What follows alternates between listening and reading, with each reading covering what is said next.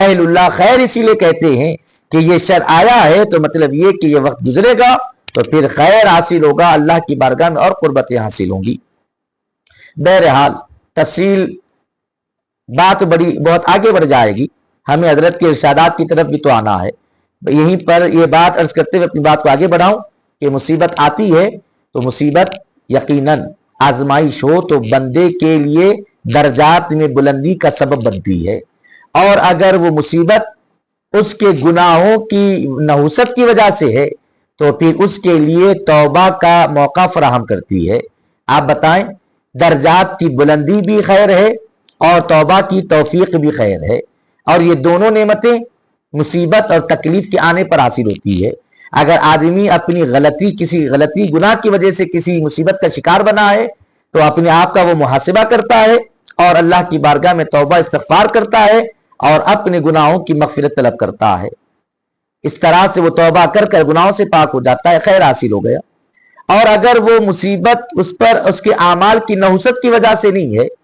بلکہ اللہ کی جانب سے آزمائش کی وجہ سے ہے، تب تو وہ آزمائش پر صبر کرتا ہے تو مولا تعالیٰ آزمائش کے مکمل ہو جانے کے بعد اپنی بارگاہ کی قربتیں اور منزلیں عطا فرماتا ہے۔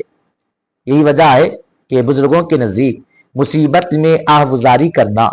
مصیبت کے تکلیف کا اظہار کرنا، تکلیف کو بیان کرنا، یہ اہل اللہ کے نزدیک بڑا ہی جرم سمجھا جاتا ہے۔ آپ اندازہ کریں کہاں تک بزرگوں نے سمجھایا ہے۔ غالباً اس سے پہلے درس میں بھی یہ بات عرض کی گئی کہ حضرت بی بی رابعہ بصری رحمت اللہ تعالی علیہا، انہوں نے ایک مرتبہ راہ چلتے کسی شخص کو دیکھا کہ وہ اپنے سر پر پٹی باندھ کر لے جا رہا ہے۔ بی بی نے روکا اور پوچھا کہ سر پر پٹی کیسی؟ تو اس شخص نے کہا کہ میرے سر میں درد ہے، تکلیف ہے، اسی خاطر میں نے پٹی باندھی ہے تاکہ میرے جو سر میں درد ہے اس سے کچھ مجھے راحت ملے، اچھی طرح سختی سے میں باندھا ہوا ہوں تو کچھ افاقہ محسوس ہو، اسی لیے میں نے پٹی باندھی ہے۔ تو بی بی رابعہ بصری علیہ الرحمہ نے فرمایا، آپ اچھی طرح سمجھیں اس بات کو، آپ فرماتی ہیں کہ تم نے جب تکلیف ہوئی تو سر پر پٹی باندھی، اور یہ تمہارے سر پر بندھی پٹی یہ سب کو چیخ چیخ کر اعلان کر رہی ہے کہ تم تکلیف میں ہو، تم پریشانی میں ہو، تم مصیبت میں ہو، تمہیں درد ہو رہا ہے۔ اگرچہ کہ تم نے درد میں افاقے کے لیے باندھی، لیکن اس بندھی ہوئی پٹی نے سب لوگوں میں یہ بات ظاہر کر دی کہ تم تکلیف میں ہو، تم درد میں ہو۔ اب اس شخص نے کہا کہ ہاں، لوگوں کو پتا تو چل جاتا ہے جب آپ پٹی باندھتے ہیں۔ تو بی بی رابعہ بصری علیہ الرحمہ نے فرمایا کہ جب درد ہوا تو درد کے اظہار، درد کو ظاہر کیا تم نے پٹی باندھ کر، تم نے پٹی باندھی اور اس پٹی سے تمہارا درد لوگوں کے سامنے ظاہر ہو گیا۔ اللہ کی طرف سے کچھ دیر کے لیے تکلیف آئی، کوئی مصیبت آئی تو تم نے وہ تکلیف، وہ مصیبت، وہ درد کو پٹی باندھ کر لوگوں کے سامنے ظاہر کر دیا ہے۔ اب ذرا یہ بتاؤ کہ تمہیں اللہ کی طرف سے فضل زیادہ ملتا ہے یا درد زیادہ ملتا ہے؟ اس شخص نے کہا کہ درد تو ہمیشہ نہیں رہتا، تھوڑی سی دیر کے لیے ہوتا ہے، پھر دوا لینے پر ختم ہو جاتا ہے، لیکن اس کا انعام، اس کا کرم تو ہمیشہ ساتھ رہتا ہے۔ تو بی بی رابعہ بصری علیہ الرحمہ فرماتی ہیں کہ ذرا سوچو تو صحیح کہ رب کی طرف سے کچھ لمحے کے لیے اگر تکلیف اور مصیبت اور درد پہنچا تو تم نے پٹی باندھ کر لوگوں کے سامنے ظاہر کر دیا، لیکن کیا تم نے جب اللہ کی طرف سے تم پر فضل ہوتا ہے، کرم ہوتا ہے، اللہ کی طرف سے انعام ہوتا ہے، تو کیا کبھی تم نے اللہ کی طرف سے تمہیں ملنے والے انعام، فضل و کرم کا کبھی اظہار کیا ہے کہ ظاہر کیا ہے کہ میں اللہ نے مجھ پر یہ فضل فرمایا ہے؟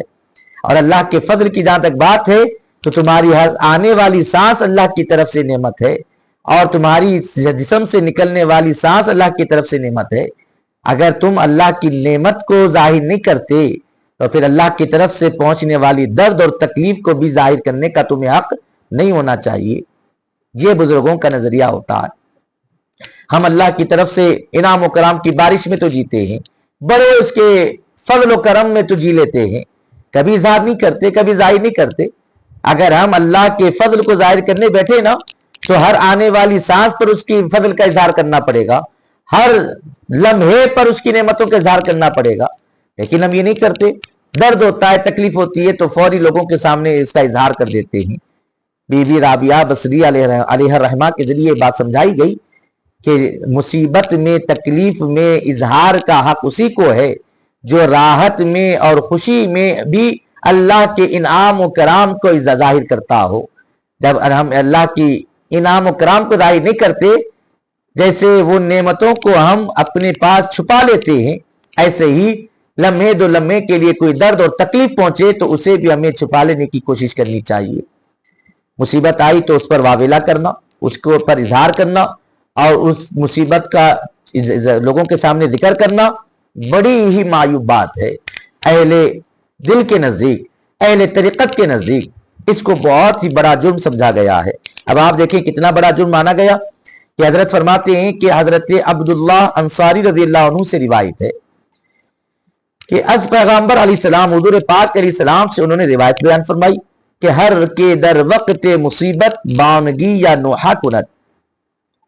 کہ جو کئی مصیبت کے وقت میں بانگ یعنی آواز بلند کرتا ہے, یا نوحہ کنت یا نوحہ کرتا ہے, مصیبت کو اپنے جملوں کے ذریعے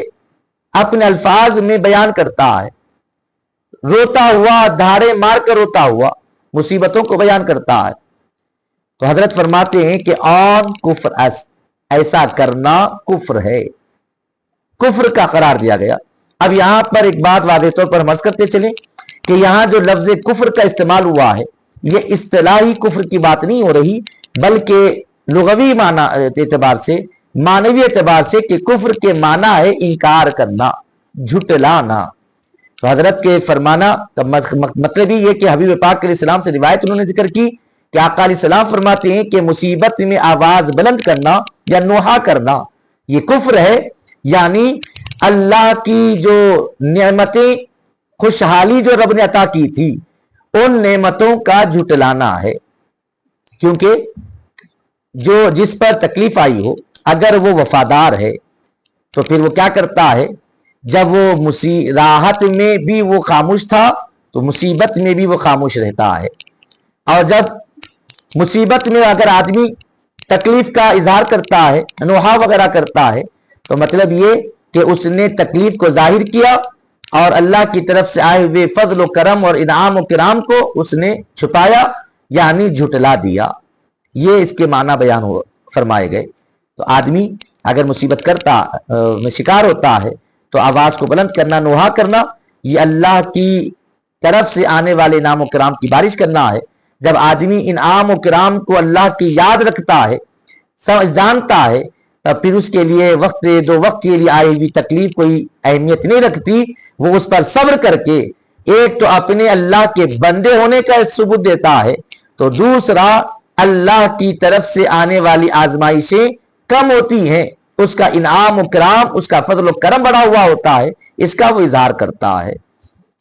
اور آگے فرمایا گیا کہ اورا بدوزخ بھی برند,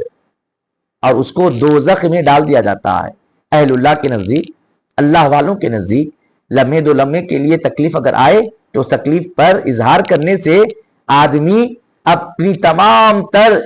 عبادتوں کے اجر و ثواب سے محروم کیا جا کر دوزخ میں ڈال دیا جاتا ہے. اب یہ کیسی بات ہوئی؟ تو اس کو اگر ہم بزرگوں کی تعلیمات کو اگر سمجھیں گے, ان کی صحبتیں اور قربتیں اختیار کریں گے,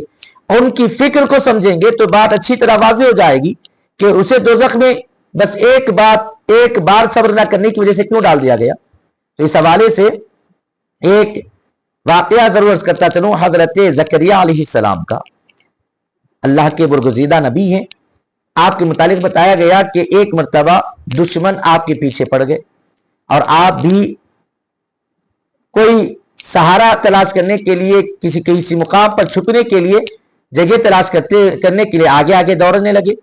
ایک مقام پر پہنچے تو آپ نے دیکھا کہ وہاں بہت سارے درخت ہیں. حضرت اللہ کے نبی ہیں,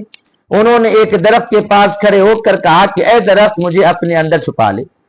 اللہ کے نبی کا حکم تھا. درخت فوری طور پر تنے سے کھل گیا. حضرت زکریا علیہ السلام درخت کے اندر داخل ہو گئے اور پھر وہ تنا جیسا پہلے تھا ویسے ہی برابر ہو گیا. اب دوڑتے ہوئے, جو پیچھا کرتے ہوئے جو دشمنان نبی آ رہے تھے, جو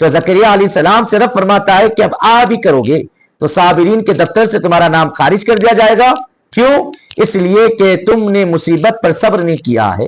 جتنا آدمی اللہ کے قریب ہوتا ہے اتنا اس کو مصیبتوں پر صبر کرنا ہوتا ہے. یہی وجہ ہے کہ خود نبی کریم صلی اللہ علیہ وسلم نے ارشاد فرمایا ہر آدمی کو اس کے درجے کے اعتبار سے مصیبتیں اس پر ڈالی جاتی ہیں، اور چونکہ سب سے بلند رتبہ اللہ نے میرا بنایا ہے تو سب سے زیادہ مصیبتیں مجھ پر آئی ہیں.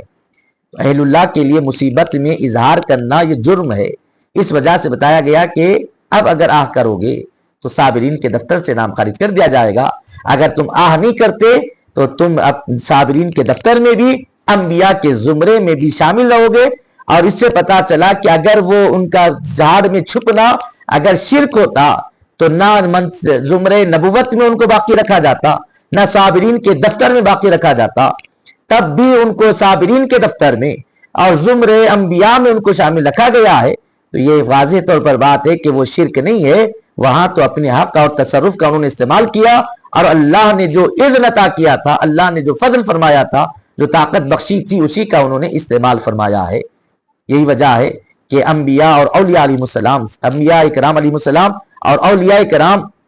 علیہم رحمت و رضوان سے اگر کبھی ایسی محیر العقول کام ظاہر ہوتے ہیں تو نبی کے ہاتھ سے ظاہر ہو تو وہ معجزہ، ولی کے ہاتھ سے ظاہر ہو تو وہ کرامت ضرور ہے، لیکن وہ دونوں چیزیں بھی اللہ کی قدرت ہی کا حصہ ہوتی ہیں. تیسری اور آخری بات آج کے درس کے ہم کہتے ہوئے اپنی بات کو تمام کرتے ہیں، وہ یہ کہ پھر حضرت زکریا علیہ السلام کو آرے سے ان کے جسم اقدس کو، جسم نازنین کو 2 ٹکڑوں میں بانٹا گیا. اللہ نے ان کو بچایا کیوں نہیں؟ تو اس پر بزرگوں نے ارشاد فرمایا کہ اللہ نے مدد کیوں نہیں کی. ہم یہ سمجھتے ہیں، ہم عام لوگوں کی سمجھ یہ ہے کہ تکلیف آئے تو تکلیف کو دور کر دینا مصیبت سے دور کر دینا مدد ہوتی ہے، جبکہ اہل اللہ کا معاملہ الگ ہوتا ہے. اہل اللہ کیا کرتے ہیں؟ اہل اللہ کے نزدیک تکلیف کو دور کر دینا مدد نہیں ہے، بلکہ تکلیف میں استقامت کا حاصل ہونا یہ صحیح معنی میں مدد ہوتی ہے. مصیبت آئی، تکلیف آئی، اس مصیبت کو تکلیف کو دور کر دیا تو تکلیف اور مصیبت تو دور ہو جائے گی.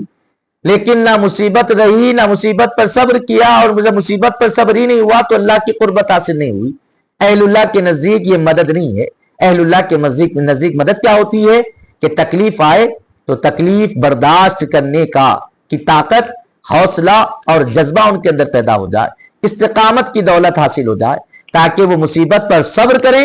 اور وہ مصیبت جب ختم ہو تو مصیبت تو چلی جائے گی لیکن صبر کرنے کی وجہ سے وہ صابر کہلائے گا. اور اللہ قرآن پاک میں بشارت عطا فرماتا ہے ان اللہ مع الصابرین، یقیناً اللہ صبر کرنے والوں کے ساتھ ہے. تو صبر کرنے کی وجہ سے اللہ کی قربت، اللہ کی معیت، اللہ کی سنگت، اللہ رب العزت کی بارگاہ میں درجے اور منزلت حاصل ہوتی ہے. یہی وجہ ہے کہ اہل اللہ مصیبت آتی ہے تو اس مصیبت کو اپنے سے دور کرنا نہیں چاہتے، بلکہ ثابت قدمی سے اس مصیبت میں کا مقابلہ کرنا چاہتے ہیں، تاکہ وہ مصیبت کے رخصت ہونے کے بعد اللہ کی بارگاہ کی قربتیں اور منزلتیں ان کو حاصل ہو جائیں، اللہ کی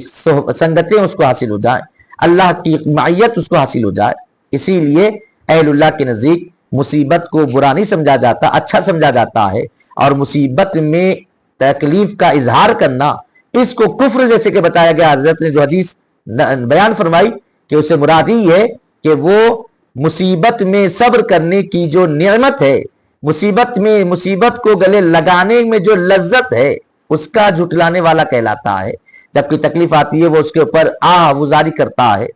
تو مطلب کیا ہوا؟ لوگوں کے سامنے وہ تکلیف کی کیا کہتے ہیں اذیت کو اس نے ظاہر کیا، تکلیف کی لذت کو اس نے انکار کیا. یہ بات جملے کو اچھی طرح سمجھ جائیں. تکلیف کی ایک اذیت ہوتی ہے اور تکلیف کی ایک لذت ہوتی ہے. جب تک بندہ اللہ اس کی رحمت سے دور رہتا ہے تو یقیناً تکلیف سے اس کو اذیت حاصل ہوتی ہے، اور جب اللہ کی قربتیں اس کو حاصل ہو جاتی ہیں تو پھر وہ تکلیف سے اذیت نہیں بلکہ وہ تکلیف سے اس کو لذت حاصل ہونے لگتی ہے. اور جب وہ تکلیف میں اظہار کرتا ہے تو پھر گویا اس نے تکلیف کی لذت کا انکار کیا، تکلیف کی اذیت کو ظاہر کیا. اسی وجہ سے اس کو اہل اللہ کے نزدیک مجرم مانا جاتا ہے اور اس کو دوزخ کے میں داخل کر دیا جاتا ہے. محترم ناظرین کرام، انہی چند گزارشات کے ساتھ ہم اپنی بات کو تمام کرتے ہیں۔ اسی عنوان کے تحت آنے والے ایپیسوڈ میں ہم اس کی تسلسل میں بات کریں گے۔ مولا تعالیٰ کی بارگاہ میں دست بدعا ہوں کہ مولا تعالیٰ کہنے سننے سے زیادہ عمل کی توفیق عطا فرمائے، بزرگوں کے فیضان سے سرفراز فرمائے۔ مولا مصیبت میں صبر کرنے کی ہمیں بھی حوصلہ اور توفیق عطا فرما، اور مصیبت کی اذیت کے بجائے مصیبت کی لذتوں کو محسوس کرنے کے ہم میں صلاحیتیں پیدا فرما، بحرمت سید الانبیاء والمرسلین برحمتک یا ارحم الراحمین والحمد للہ رب العالمین۔